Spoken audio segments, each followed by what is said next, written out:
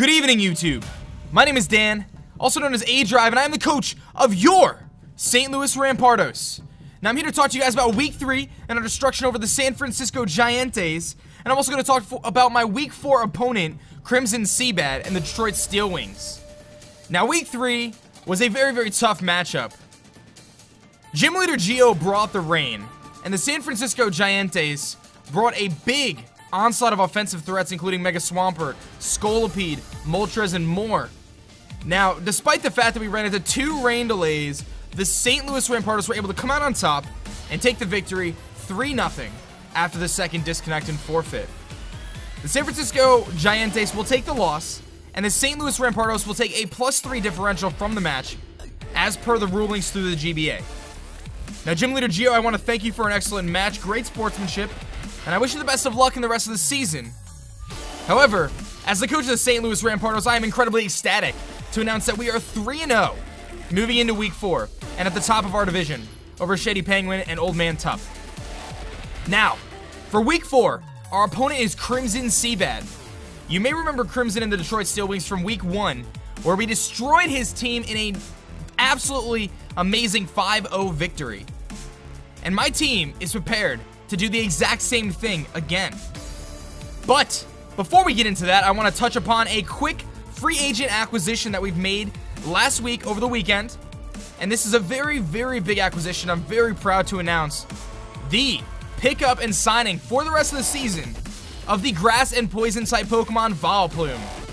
Now, Vileplume sports an incredible physical and special defense, a very good special attack stat, and a wide variety of potential sets, including moves that include Moonblast, Sludge Bomb, Giga Drain, and more. Not to mention the fact that it also has an amazing ability called Effect Spore. Now, you may be wondering why the St. Louis Rampardos picked up a Pokemon like Vileplume, and I will tell you, there are 2 big threats within our division: Serperior, Azumarill.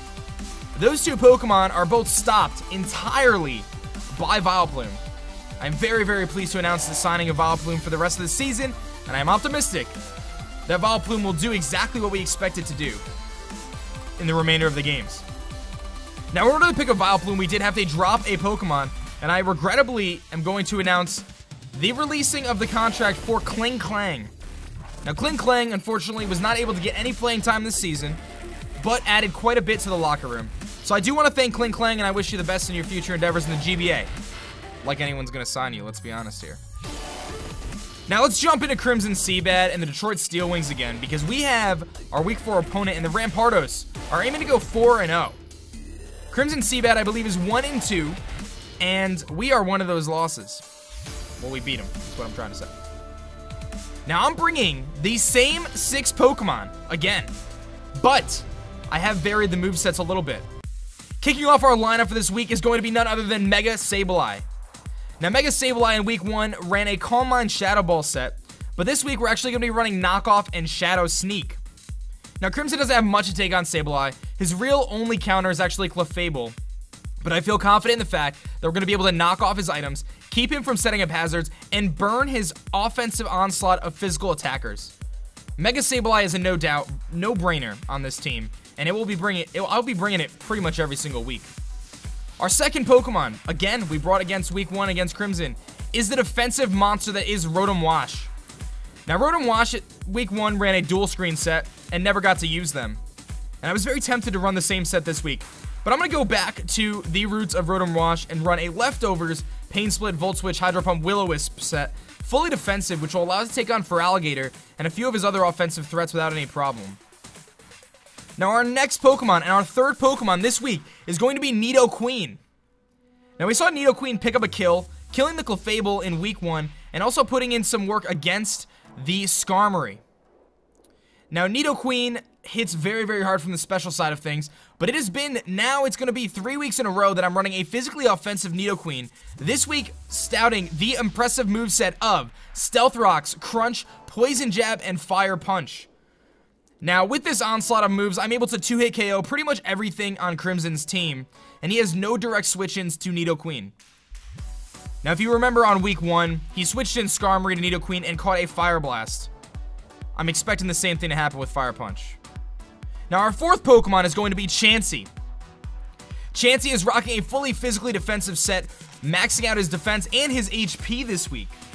Now I'm also going to be running Counter, and the reason for that is I want to be able to take a U-turn or a knockoff from that Beedrill and fire it back and destroy everything else on his team. Now I am a little bit walled by Chandelure, but Chandelure can do nothing to me. And the same goes for Pokemon like Jolteon. So Chansey looks to stand up, stand tall, and stand proud against Crimson Seabad's special attacking offense. Now I am very aware that Gothitelle is a threat, and I know Crimson is going to bring Gothitelle this week. He didn't bring it week 1, and I think he regretted it. I am ready for you, Gothitelle. You are not going to trap my Chansey. Now my next Pokemon, my fifth Pokemon, is Volcarona. Now Volcarona is the most likely Pokemon on my team to sweep, and after one Quiver Dance pretty much destroys the entirety of Crimson Seabad's Detroit Steel Wings. Giga Drain for Rhyperior, Fiery Dance and Bug Buzz for the rest. And after a Quiver Dance, a Life Orb, Fiery Dance, and Bug Buzz will destroy everything except for Chandelure. But I don't think he's going to bring Chandelure, I really don't. And if he does, it's walled entirely by Chansey, so I'm not worried. My last Pokemon is actually a carbon copy from week 1. I will be bringing my Choice Scarf Mew again. We're going to be rocking Volt Switch, Defog, Psychic, and Trick. Now, if you remember week 1, Trick was able to trick the Choice Scarf onto Clefable and cripple it for the rest of the match. Now, everyone has always said that Mew needs to run Defog for aDrive to be successful, and I understand where people are coming from. However, I have proven that is not the case since I haven't needed to Defog once this season. But nevertheless, I will carry it just to be safe, because I understand that my win condition for this week is going to be Volcarona if I'm going to put any offensive pressure on him. Now, this is the third week of the GBA where Terrakion sits the bench.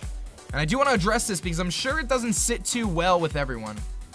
Against Crimson, Terrakion wasn't involved. I didn't think to bring him with Skarmory and Weezing and so on and so forth.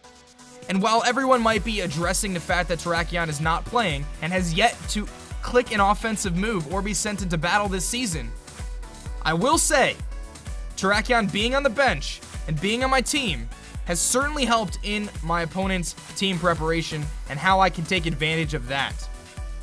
Week 1, Crimson brought a flurry of defensive, physically defensive Pokemon, including Weezing and Sableye, I believe. I know Weezing, maybe not Sableye. And that is because of Terrakion. If Crimson fails to prepare for Terrakion again, I think he's making a mistake. He doesn't know I'm not bringing it, obviously. So that's going to be my lineup for week 4 of the GBA. Again, I am bringing the same 6 Pokemon I brought week 1 against Crimson. And the reason for that, and the reason for my ultimate decision to do so and run very, very similar sets is this. I prepared week 1 for Crimson to bring X6 Pokemon, and he did not bring the Pokemon I thought he was going to bring, and I won 5-0. This week, I am predicting him to bring those 6 Pokemon that I thought he was going to bring week 1, and I am prepared for that. Expect him to bring Gothitelle. Expect him to bring Clefable. Those 2 I am positive of. Mega Beedrill will likely make an appearance as well. For Alligator, I think he's going to bring Jolteon. And his last Pokemon is likely to be Rhyperior or Chandelure. But what does that mean? That means no Skarmory. That means no Jolteon. That means no Rhyperior. He's got to make a decision, and it's a tough one. But for me, my lineup was not a tough decision. I hope you guys enjoyed this video. I will do my best as your coach of the St. Louis Rampardos to come out 4-0 on the top of our division after this week. If you did enjoy this video, please leave it a thumbs up rating. It really helps out the St. Louis Rampardos organization. My name is Dan. I'm the coach of your St. Louis Rampardos. And I will see you later. Peace.